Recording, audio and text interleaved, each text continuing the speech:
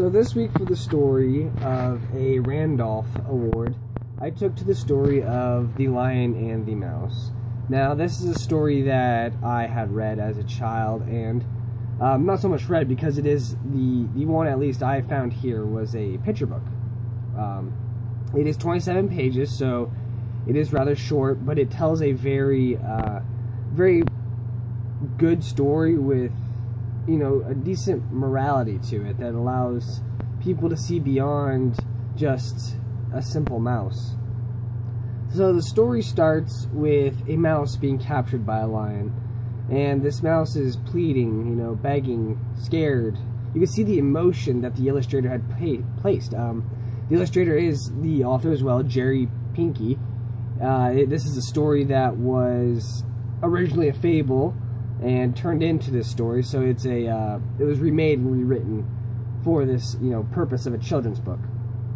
And as I was saying, the expression and the fear that the illustrator was able to instill in the mouse, it really made it pop from the book, and you could really see and see the fear that was there.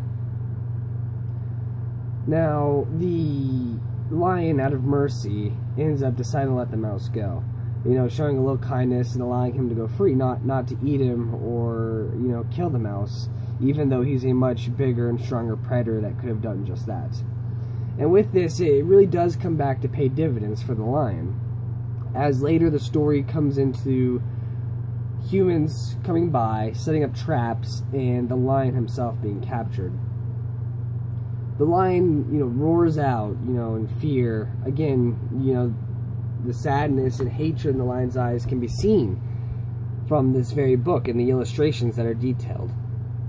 And along comes the very mouse that he had set free earlier, and begins to gnaw at the rope itself and cut the lion free.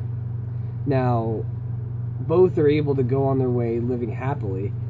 And because the lion had decided to show mercy to the mouse, this is what allowed to come back to the lion and save him later down the road. Something as small and, you know, little as a mouse. Now, this just goes to show the small things that we pass by on a daily basis, the small things that we take for granted and, you know, don't look at anymore. They all play a part in our lives, and we look over them so much that when you think about it, you know, we take a lot of stuff for granted, and this small mouse goes to show that by having a little mercy and kindness for something as small and insignificant as a mouse, it came back to save his life. Mercy, kindness, when we let those things happen, they come back and pay for themselves. And that's the story that this, you know, book is trying to instill, you know, in whoever the reader may be. So the story of the lion and the mouse, a story of kindness, a story of mercy, told with no words but shown through the expression and illustrations that Jerry Pinkey is able to instill throughout the book.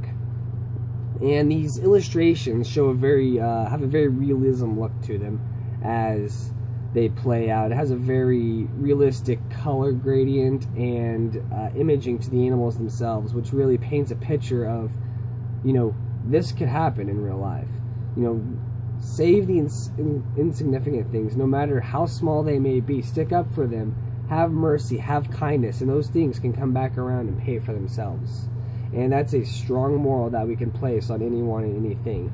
And that's why this book serves such a great purpose in, you know, teaching really anyone those very ideals.